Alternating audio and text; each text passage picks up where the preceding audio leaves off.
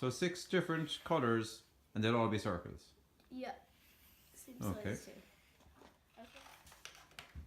Are you gonna put this on the vlog? No. Of course not.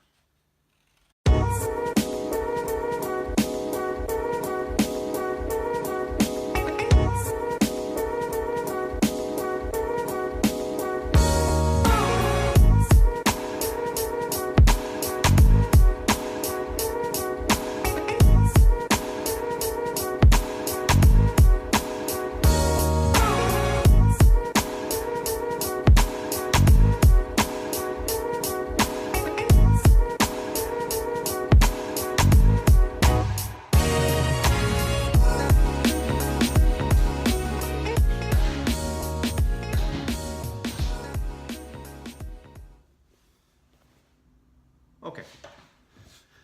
Today I'd like to talk about something a little bit different. Depending on where you're watching this video from, there's lots of different shows on TV about renovating houses, building houses, and what have you. These shows always start the same. Someone acquires a beautiful old house or a site, and they meet with their architect, they get their beautiful design done, and it looks like their life is complete and what could possibly go wrong.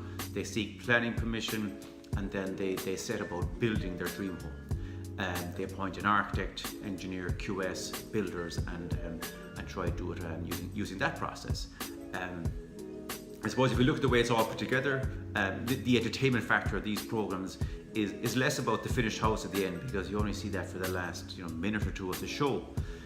It's more about all the things that potentially go wrong. I mean, a beautiful house is produced, you need an architect, you need a QS, you need an engineer, you need builders, and a variety of people beyond that. So the question is, what do all these people do? An architect is someone who designs the spatial layout of a house. He looks at creates all the floor plans, creates all the beautiful spaces, creates, sizes up all the rooms, sizes up the different hallways and circulation spaces, creates all the elevations of the building, so how it all looks on the outside, how the roof looks, basically the kind of shape, touch and feel of the house. He'll also generally be involved in seeking planning permission for your new home as well. You need an engineer as well who design all the steel beams and make sure the house will actually stand up, all the insulations of the house, how the foundations work, how all the roof supports work, how the floors are supported across the spans, all the spans across the windows, and all that sort of things. The QS is someone who basically does costing. So the architect designs a certain size building, there's a certain square meterage of wall space, there's a certain square meterage of window space, there's linear meterage of skirting board, there's linear meterage of architrave and what have you. A QS will measure all these items and rate them. So when you've designed all the house, you have planning permission, the engineer has been involved in all the structural work, the QS will tell you how much it's going to cost. You need the builder to build it. So the builder obviously brings on all the other people, all the other individuals and subcontractors and suppliers needed to create your new home. How can you put all this together? Well, there's 2 ways of doing this. Like in most cases, like most of the shows you watch on television, all these people are appointed separately. So first of all, we have you, the client. So you will appoint an architect, a QS, an engineer, and a builder. And the one thing you'll notice is when you've all these different people appointed, you're the only common factor. You become the project manager, so now you're running the project. You're running the design team, you're running all the build team, and it's your responsibility to make sure everyone is coordinating and all the messages are being passed through from the very beginning to the very end.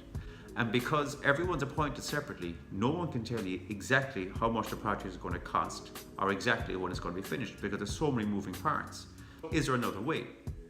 Well, at KMC, we operate a design and build situation.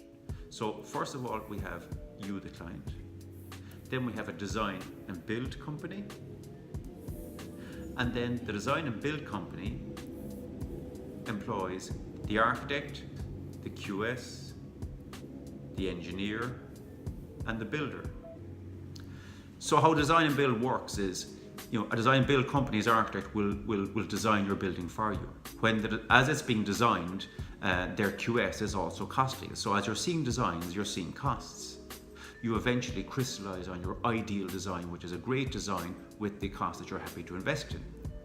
The design and build company, through their architect, will then lodge for planning permission for you, and the design and build company, of course, with their own builders, will build it for you fixed price with a guaranteed end date, because this is a collaborative process rather than having all the people separately and potentially all the different silos. So I suppose the end result isn't as it mightn't be as entertaining to watch on a show on Sunday evening on TV or on YouTube, but I'm sure from a customer's point of view, there's a lot more value added, and you're a much happier customer at the end of the day.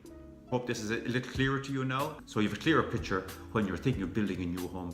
What might be the best way for you, particularly in terms of customer service and guaranteed end results.